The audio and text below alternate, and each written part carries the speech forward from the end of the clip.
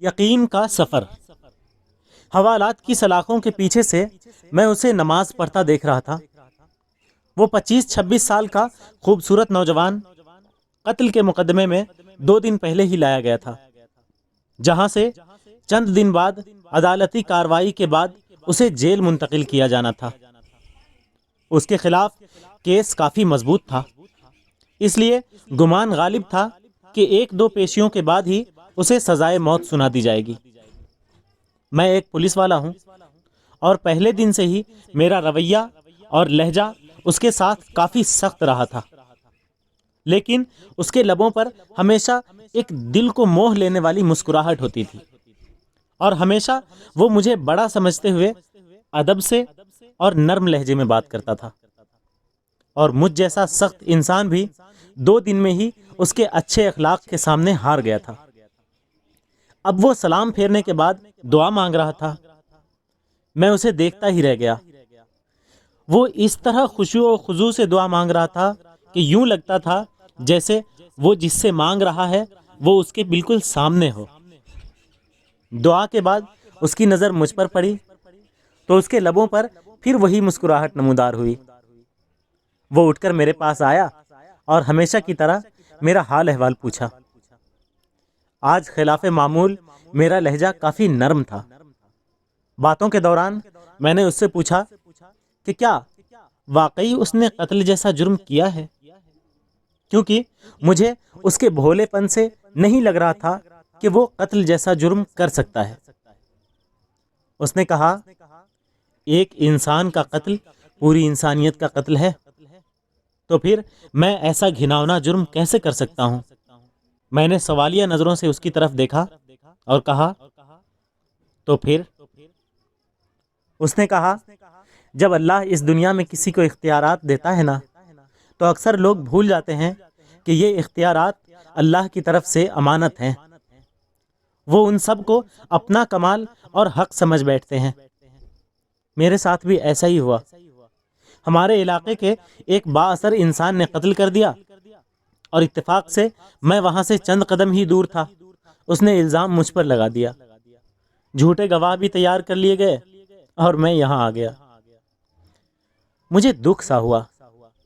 میں نے پھر پوچھا، تو تمہارے گھر والوں نے کچھ نہیں کیا؟ اس نے کہا، گھر والوں نے اپنی سی کوشش کی، لیکن وہی بات ہے نا، اس معاشرے میں لوگ بھی ڈر کے مارے اسی کا ساتھ دیتے ہیں جو طاقتور ہو۔ وہ پھر مسکرایا۔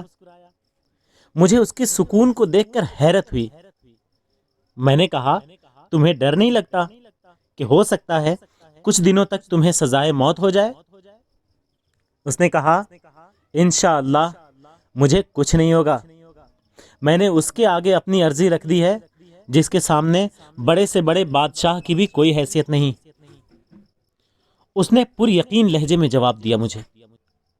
میں نے پھر سوالیہ نظروں سے اسے دیکھا۔ اس نے بولا، میں اپنے اللہ کی بات کر رہا ہوں۔ اسے میری بے گناہی کا علم ہے اور وہ مجھے کچھ نہیں ہونے دے گا۔ اس کے ہر لفظ سے محبت ٹپک رہی تھی۔ میں نے کہا، تمہیں یقین ہے کہ دعا سے کام ہو جائے گا؟ اگر نہ ہوا تو؟ اس نے کہا، جب اس سے مانگا جاتا ہے نا تو پھر شک میں نہیں پڑتے کہ وہ قبول نہیں کرے گا۔ بس سب کچھ اس پر چھوڑ کر انتظار کرتے رہو۔ اس کے لہجے میں یقین ہی یقین تھا۔ میں بس اس کے چہرے کو تکتا رہ گیا کہ اس سے پہلے اللہ پر اتنا یقین شاید ہی کسی میں دیکھا ہو۔ 3 دن مزید گزر گئے۔ اس دوران اس کے گھر والے بھی اس سے ملنے آئے تھے۔ وہ اپنے والدین کا اکلوتا بیٹا تھا۔ ماں کا رو رو کر برا حال تھا، لیکن اس کے سکون میں کوئی کمی نہیں آئی تھی۔ وہ مسلسل سمجھاتا رہا کہ میں نے اللہ کے سامنے عرضی رکھ دی ہے، اسے پتا ہے میں بے گناہ ہوں، دیکھ لیجئے گا وہ مجھے کچھ نہیں ہونے دے گا۔ میں نے اللہ پر اتنا یقین اس سے پہلے صرف پڑھا ہی تھا، لیکن کبھی دیکھا نہیں تھا۔ میرے دل میں اب اس کے لیے عقیدت کے جذبات پیدا ہونا شروع ہو گئے تھے۔ شاید اللہ کی محبت ہوتی ہی ایسی ہے جو پتھر دل کو بھی پگھلا دیتی ہے۔ اور پھر جب اسے عدالت میں پیش کیا جانا تھا اس سے ایک دن پہلے ہی عجیب واقعہ ہوا۔ جس شخص نے خود قتل کر کے الزام اس پر لگایا تھا، وہ اپنی بیوی اور اکلوتے بچے کے ساتھ گاڑی میں کہیں جا رہا تھا کہ اسے ایک خوفناک حادثہ پیش آیا، جس کے نتیجے میں اس کی بیوی اور بچہ تو موقع پر ہی جاں بحق ہو گئے، جبکہ اسے شدید زخمی حالت میں ہسپتال منتقل کیا گیا۔ کافی گھنٹوں بعد ہوش میں آنے کے بعد اسے بیوی اور بچے کے مرنے کی خبر ملی تو اس کی حالت اور بگڑ گئی۔ اسی جانکنی کے عالم میں اسے کچھ یاد آیا۔ اس نے چیخ کر قریب موجود ڈاکٹر کو اس کی ویڈیو بنانے کا کہا۔ بار بار اصرار پر ڈاکٹر نے نرس کو ویڈیو بنانے کا اشارہ کیا تو اس نے ویڈیو میں بڑی مشکل سے اپنے جرم کا اعتراف کیا اور اس نوجوان کو بے گناہ قرار دے کر ہاتھ جوڑ کر معافی بھی مانگی۔ اس نے ڈاکٹر سے وعدہ لیا کہ یہ ویڈیو وہ ضرور پولیس اسٹیشن لے کر جائے گا۔ شاید بیوی بچے کے مرنے کے بعد اور اپنی حالت کا علم ہو جانے کے بعد وہ اس گناہ کو ساتھ لے کر مرنا نہیں چاہتا تھا۔ ادھر ویڈیو پولیس اسٹیشن پہنچی، ادھر وہ آدمی مر گیا۔ آج عدالت میں اس کی پیشی تھی۔ عدالت کے سامنے اس کی بے گناہی کا ناقابل تردید ثبوت ویڈیو کی شکل میں موجود تھا، لہذا اسے باعزت بری کر دیا گیا۔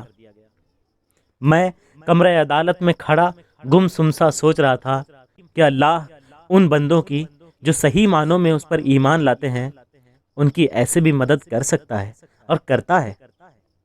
اس کی ہتھکڑیاں کھول دی گئی تھیں، ماں روتے ہوئے اس سے لپٹ گئی تھی۔ باپ کی آنکھوں میں بھی آنسو تھے، آج اس کی آنکھوں میں بھی آنسو تھے، شاید اس وجہ سے کہ اللہ نے اسے ان حالات میں تنہا نہیں چھوڑا تھا اور اس طرح سے اس کی مدد کی تھی جس کا کسی کو وہم و گمان تک نہ تھا۔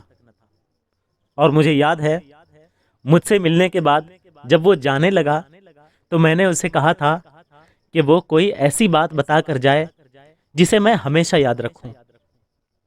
تو اس کے الفاظ یہ تھے، اللہ سے بڑھ کر کوئی ہمدرد اور دوست نہیں، جب کوئی مشکل پیش آئے اسی سے مانگے اور پھر یقین بھی رکھیں کہ وہ قبول کرے گا۔ وہ محض کسی سوچ یا تصور کا نام تو ہے نہیں، بلکہ وہ تو ایک زندہ حقیقت ہے۔ وہ اس وقت بھی ہمارے ساتھ ہے، شہ رگ سے بھی قریب ہے۔ وہ ہمیں دیکھتا رہتا ہے کہ مشکل میں ہمارا رد عمل کیا ہوگا، اور جو اس سے مانگ کر شک میں نہیں پڑتے، اللہ بھی انہیں کبھی تنہا نہیں چھوڑتا۔ ایسے طریقوں سے اس کی مدد کرتا ہے کہ عقل حیران رہ جاتی ہے۔ وہ اب واپس جا رہا تھا اور مجھے یوں محسوس ہو رہا تھا جیسے میں آج ہی مسلمان ہوا ہوں، یا جیسے میں نے آج اپنے اللہ کو پا لیا ہے۔